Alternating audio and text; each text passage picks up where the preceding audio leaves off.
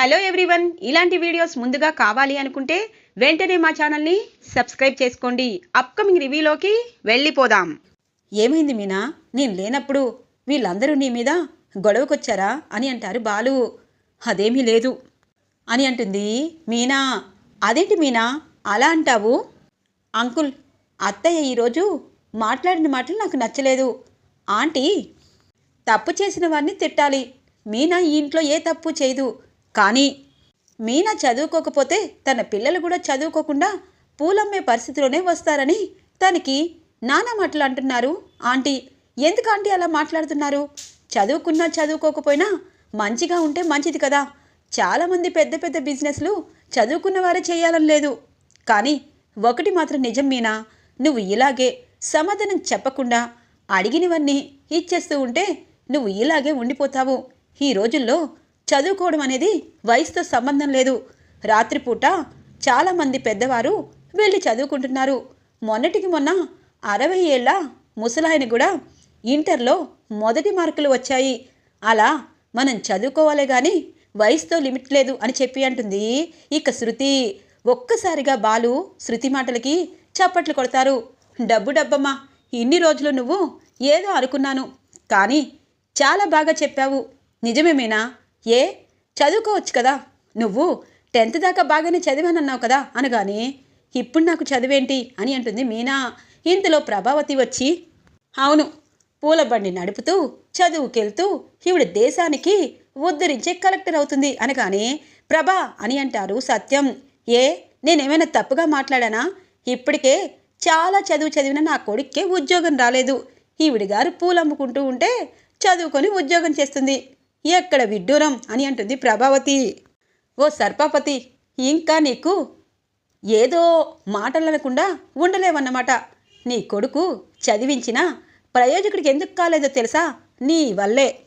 వాడు చేసిన తప్పులన్నీ దాచేసి వాడు కనీసం కష్టపడకుండా చేసి ఈరోజు కళ్ళు తిరిగి పడిపోయి ఇంటికి వచ్చినా నీకింకా ఏమీ అనిపించలేదు. ఇప్పుడు చెప్తున్నాను సర్పావతి, మేమిద్దరం నిజంగానే తక్కువ చదువుకున్నాము.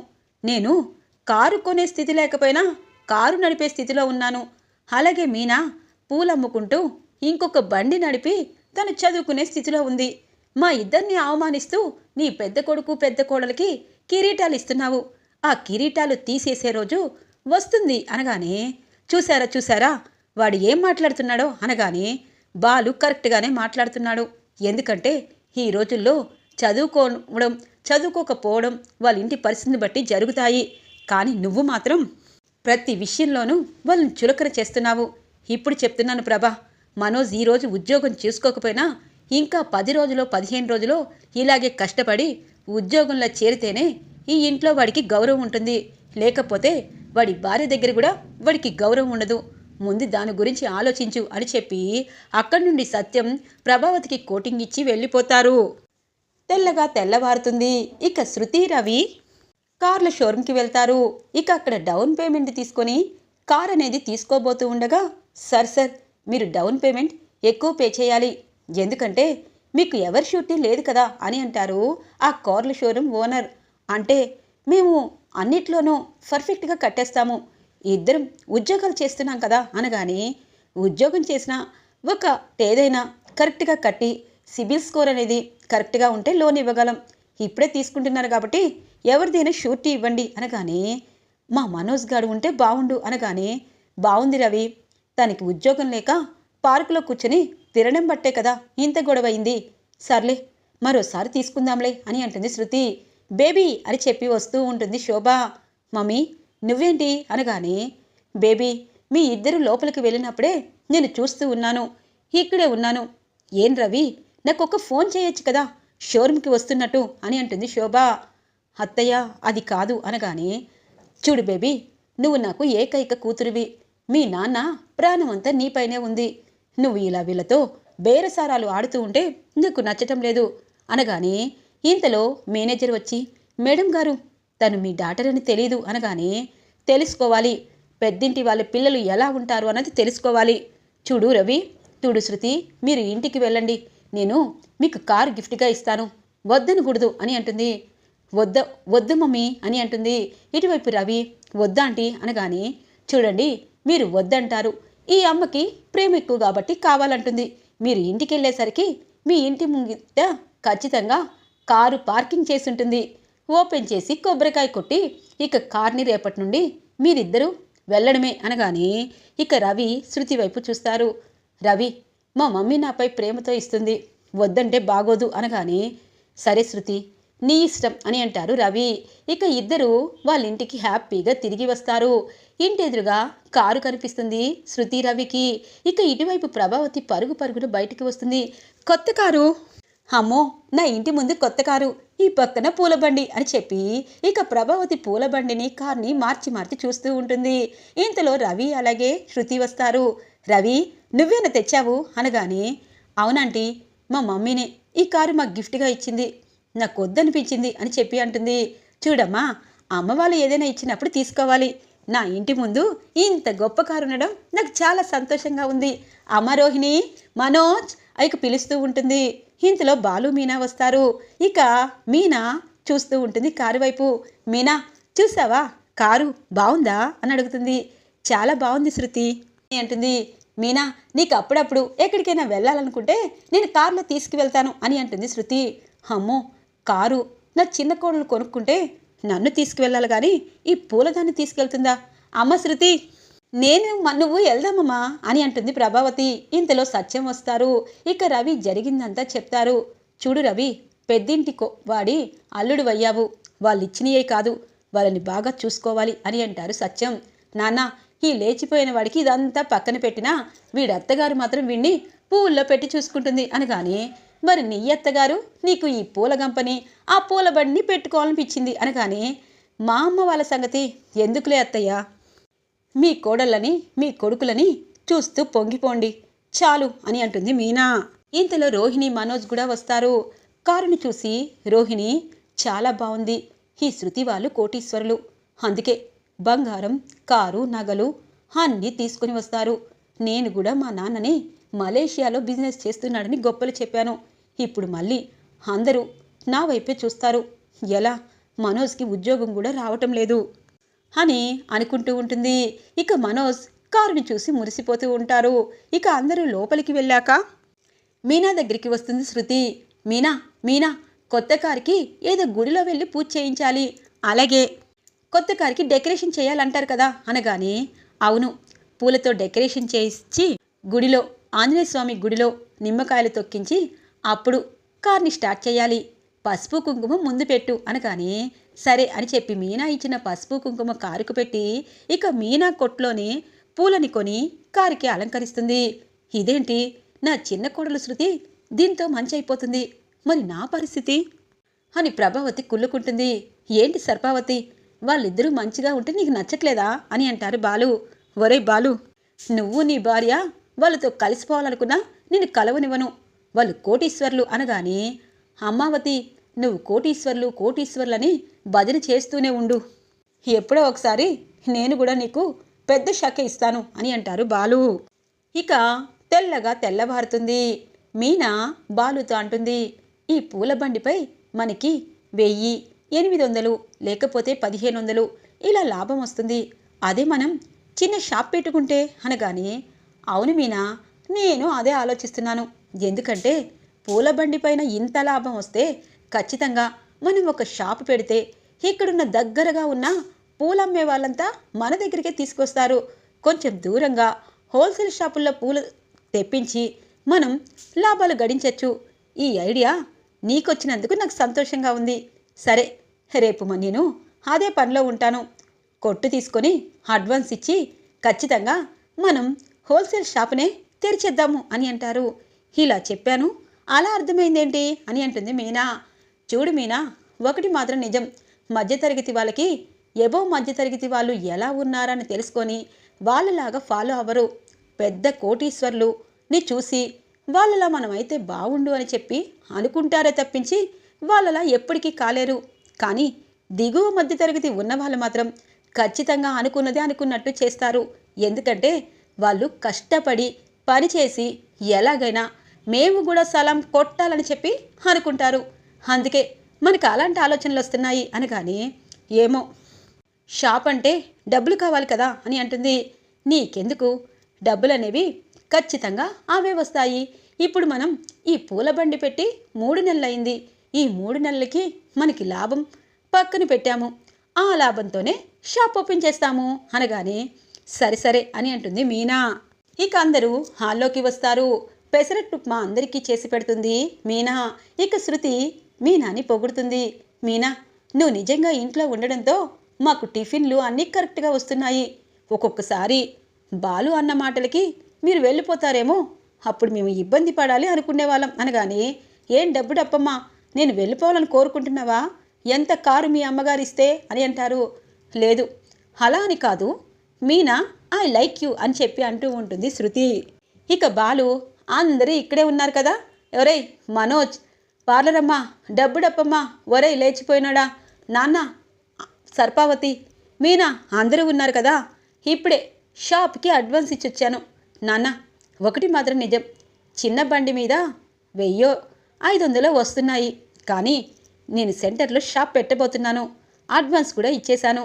ఇప్పుడు మీనా, బాలు ఆ షాపులో ఉండబోతున్నారు. హోల్సేల్ పూల షాపు అనగానే ఏరా బాలు, ఈ మధ్య నువ్వు చాలా ఆలోచిస్తున్నావు అని అంటారు సత్యం. అవును నాన్న, ఇలాగే ఉండిపోతే అమ్మవతికి నచ్చదు. అందుకే మేము ఎదగాలని చూస్తున్నాము. మీనా, ఈ బండికి మా అమ్మ సర్పవతి పేరు పెట్టాము. కానీ ఇప్పుడు ఆ షాపుకి మా నాన్న పేరు పెడుతున్నాను. మీ నాన్న పేరు కూడా పెట్టబోతున్నాను అనగానే మీనా ఒక్కసారిగా బాలు దగ్గరికి వస్తుంది. చూడు మీనా, మా నాన్న మీ నాన్న ఇద్దరు మనందరం సంతోషంగా ఉండాలనుకుంటారు. వాళ్ళ పేర్లతో పెడితే మనం 3 పువ్వులు 6 కాయల్లాగా మనకి లాభాలు వస్తాయి. ఏ సర్పావతి, నీ పేరు పెట్టలేదని బాధగా ఉందా అనగానే అమ్మయ్య, నా పేరు పెట్టినందుకు చాలా సంతోషంగా ఉంది. అమ్మ, ఇక్కడి నుండి బండి తీసేస్తున్నారు కదా అనగానే తీయట్లేదు అమ్మావతి, ఎందుకంటే మన మనోజ్ గారు ఖాళీగానే ఉన్నాడు కదా, వాడు ఈ బండిని నడుపుకోవచ్చు అని అంటారు.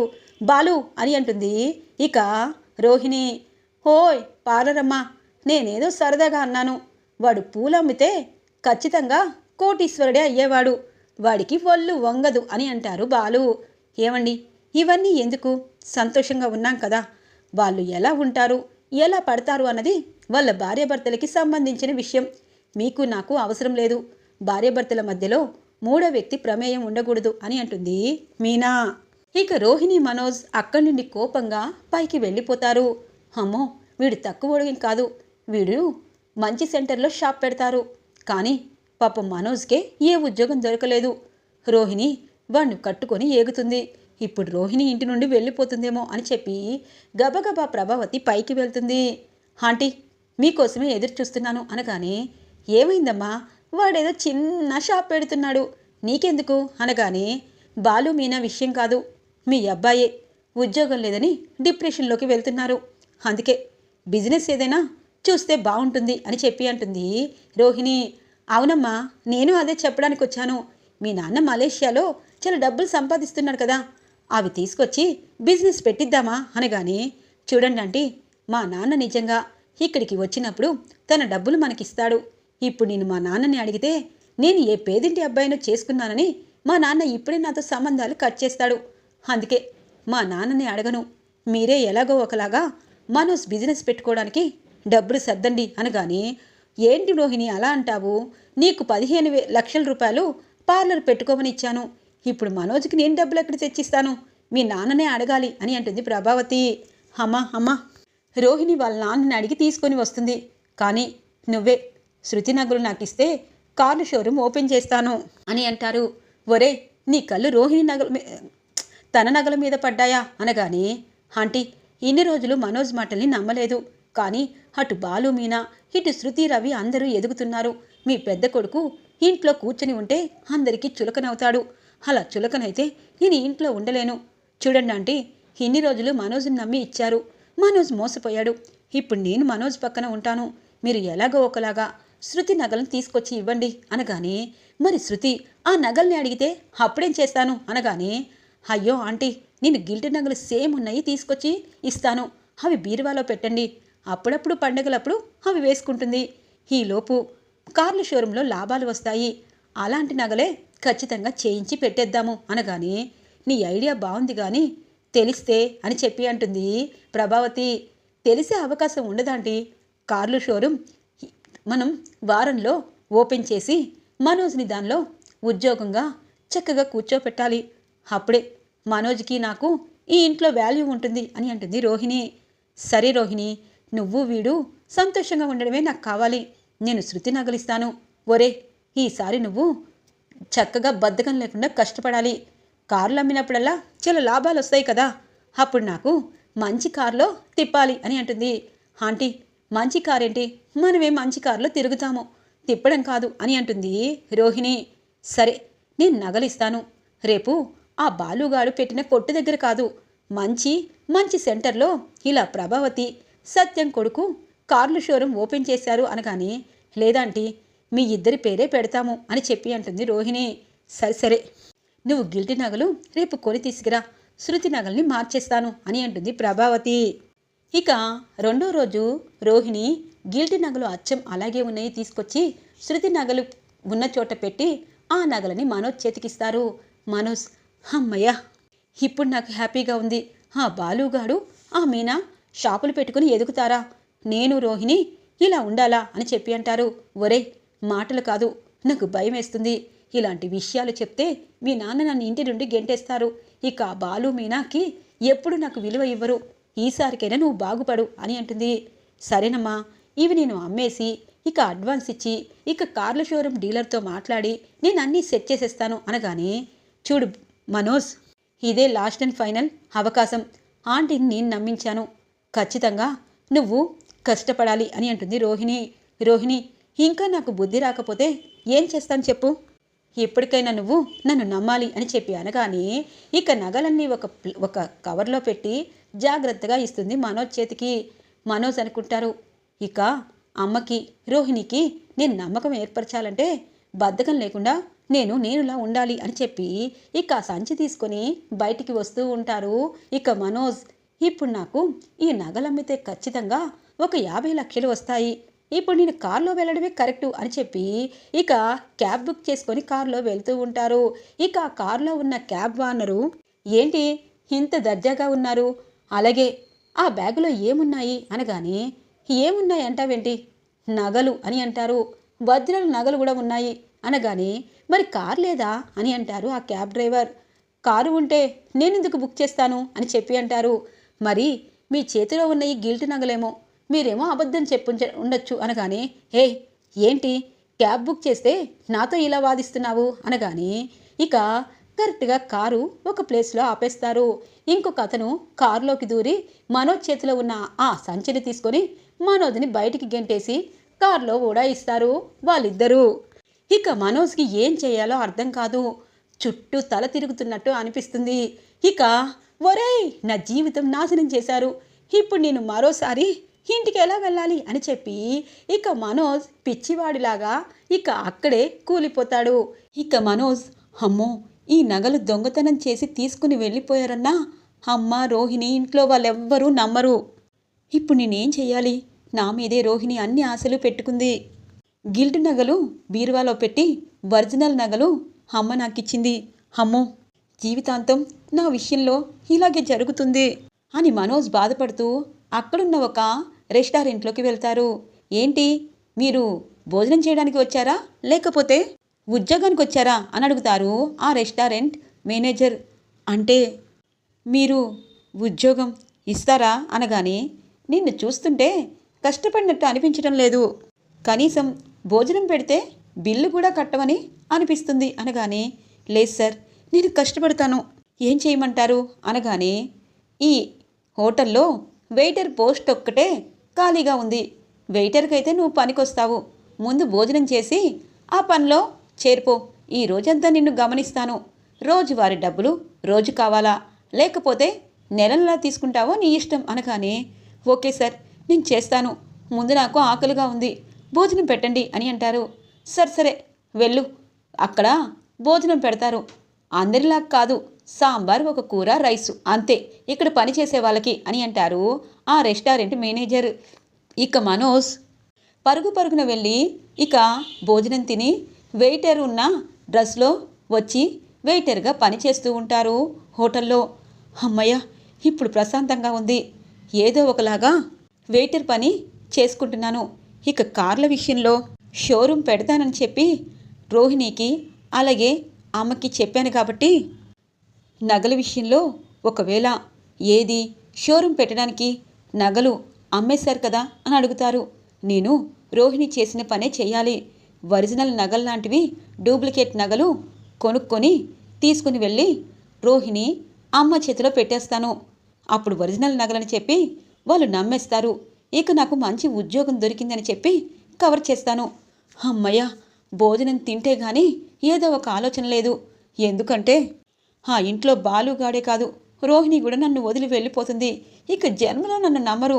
ఇది ఎప్పటిదాకా సాగిస్తే అప్పటిదాకా సాగిస్తాను అని చెప్పి ఇక మనోజ్ సాయంత్రం దాకా ఆ రెస్టారెంట్లో పనిచేసి ఈ రోజుకి నాకు డబ్బులు ఇవ్వండి అని అంటారు. సరే, పని బాగానే చేశావు, భోజనం కూడా బాగానే తిన్నావు. నీకు ఎక్స్ట్రా డ్యూటీ కూడా చెయ్యాలి అంటే రాత్రి 10 దాకా చేసుకో అని అంటారు. రేపటి నుండి ఖచ్చితంగా చేస్తాను అని చెప్పి ఇక నేను చదువుకున్న చదువుకి ఈ ఉద్యోగం దొరుకుతుందని అస్సలు అనుకోలేదు. ఏదైతే కొన్ని రోజులు కష్టపడడంలో తప్పే లేదు. ఎందుకంటే ఈ విషయం తెలిసింది అంటే ఈ కష్టపడడం కాదు, ఇంట్లో నుండి నన్ను గెంటేయడమే కాదు, రోహిణి వెళ్ళిపోతుంది అని చెప్పి మనసులో అనుకుంటూ ఇక ఆయన ఇచ్చిన 800 రూపాయలు తీసుకుంటారు మనోజ్. అర్జెంటుగా ఫ్యాన్సీ షాప్కి వెళ్ళి గిల్ట్ నగలు కొనేయాలి. ఎలాంటి నగలు కొనాలో అర్థం కావటం లేదు. ఏం చేయాలి? ఈరోజు డబ్బులు రేపటి డబ్బులు దాచుకొని ఇక బీరువాలో గిల్ట్ నగలు చూసి సేమ్ ఫోటో చూసుకొని అలాంటివే ఇవ్వమని చెప్పాలి. అవును, ఇప్పుడు ప్రశాంతంగా ఉంది. రోహిణికి అమ్మకి ఏదో ఒకటి చెప్పాలి అని చెప్పి అక్కడే ఉన్న ఐస్ క్రీమ్ తినేసి ఇంటికి వెళ్తారు మనోజ్. ఇక గబగబా మనోజ్ దగ్గరికి ప్రభావతి అలాగే రోహిణి వస్తారు. ఒరే, నిజం చెప్పాలంటే ఆ బాలుగాడు మన రవి బాగుపడుతున్నారు. నువ్వే బాగుపడవని బాధేసింది. ఏదో తప్పు చేశాను. ఆ నగలు అమ్మేశావు కదా, అడ్వాన్స్ ఇచ్చేసావు కదా అనగానే, అయ్యో రోహిణి, అమ్మ నగలు తాకట్టు పెట్టి ఇప్పుడు ఇంత పెద్ద ఇష్యూ చేస్తే ఖచ్చితంగా శృతి వాళ్ళ అమ్మ ఎప్పుడైనా వచ్చిందంటే అందరం బయటపడతాము. అందుకే నగలని తాకట్టు పెట్టి షోరూమ్ ఓపెన్ చేయటం లేదు. నాకు మంచి ఉద్యోగం దొరికింది రోహిణి అనగానే, అమ్మయ్య, ఆ నగలు గిల్టీవి పెట్టినప్పటి నుండి నాకు చాలా టెన్షన్గా ఉంది అత్తయ్య. వేవి నగలేవి అని అంటుంది. అయ్యో రోహిణి, నాకు మంచి ఉద్యోగం వచ్చింది కదా, అక్కడ లాకర్లో మనకి కావాల్సిన ఏమైనా పెట్టుకోవచ్చు.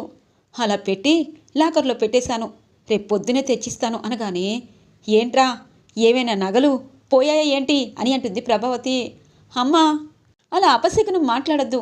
ఎందుకంటే ఒక్కసారి తప్పు జరుగుతుంది, పదే పదే తప్పు జరుగుతుందా ఏంటి? రేపు ఖచ్చితంగా ఆ నగలు తీసుకొచ్చి నీ చేతిలోనే పెడతావు. అదిగో ఆ గిల్ట్ నగలు తీసేసి ఒరిజినల్ నగలు పెట్టేసే. ఇక నీకు రోహిణికి నాకు టెన్షన్ ఉండదు. ఎప్పుడైనా ఇలాంటివి బాలుగాడికి తెలిస్తే మన ముగ్గురిని కబడ్డీ ఆడుకుంటాడు అని చెప్పి అంటాడు ఇక మనోజ్. సరే మనోజ్, నీకు మంచి ఉద్యోగం దొరికిందిగా, అది చాలు అని అంటుంది రోహిణి. అర్ధరాత్రి అవుతుంది. ఇక మనోజ్ బీరువాలో గిల్ట్ నగలు ఫోటో తీసుకొని ప్రశాంతంగా నిద్రపోతారు. తెల్లవారగానే రెస్టారెంట్కి వెళ్తారు. ఓ, కరెక్ట్ టైంకి వచ్చావయ్యా, వెళ్ళు. పొద్దున్నుండి రాత్రి 10 దాకా చేశావు అంటే ఈరోజు 800 ఇచ్చాను కదా, రేపు 1600 ఇస్తాను అని చెప్పి అనగానే, సరే సరే అని చెప్పి అంటాడు ఇక మనోజ్ మధ్యాహ్నం లీవ్ తీసుకొని ఇక వెళ్ళి ఫ్యాన్సీ షాప్లో ఆ ఫోటో తీసుకొని అవే నగలు తీసుకొని వస్తాడు ఇంటికి. ఇక ఇదిగో నగలు అని చెప్పగానే నగలన్నీ చూస్తుంది. ఒరే, నిజంగా ఈ నగలన్నీ మిలమిల మెరిసిపోతున్నాయి, తొందరగా వెళ్ళి పెట్టేస్తాను అని చెప్పి ప్రభావతి ఆ గిల్ట్ నగలు తీసి మనోజ్ ఇచ్చిన గిల్ట్ నగలు పెట్టేస్తుంది. అమ్మయ్య, వీడికి ఉద్యోగం దొరికింది, రోహిణి సంతోషంగా ఉంది, అది చాలు అని అనుకుంటుంది ప్రభావతి. కరెక్ట్గా ఆ నగలు మార్చడం చూస్తుంది మీనా. ఒక్కసారిగా షాక్ అవుతుంది. ఇదేంటి, అత్తయ్య ఏదో చేశారు, ఆ మనోజ్ కోసం ఏదో చేస్తున్నారు, ఇదంతా ఆయనకి చెప్తే ఇప్పుడే గొడవ పడతారు, కానీ అసలు ఏం జరుగుతుందో తెలుసుకోవాలి అని అనుకుంటుంది మీనా. ఈరోజు ఎపిసోడ్ ఇలా ఇంట్రెస్టింగ్గా ఎండ్ అవుతుంది ఫ్రెండ్స్. రాబోయే ఎపిసోడ్స్ కోసం మా ఛానల్ని సబ్స్క్రైబ్ చేసుకోండి. Thanks for watching friends.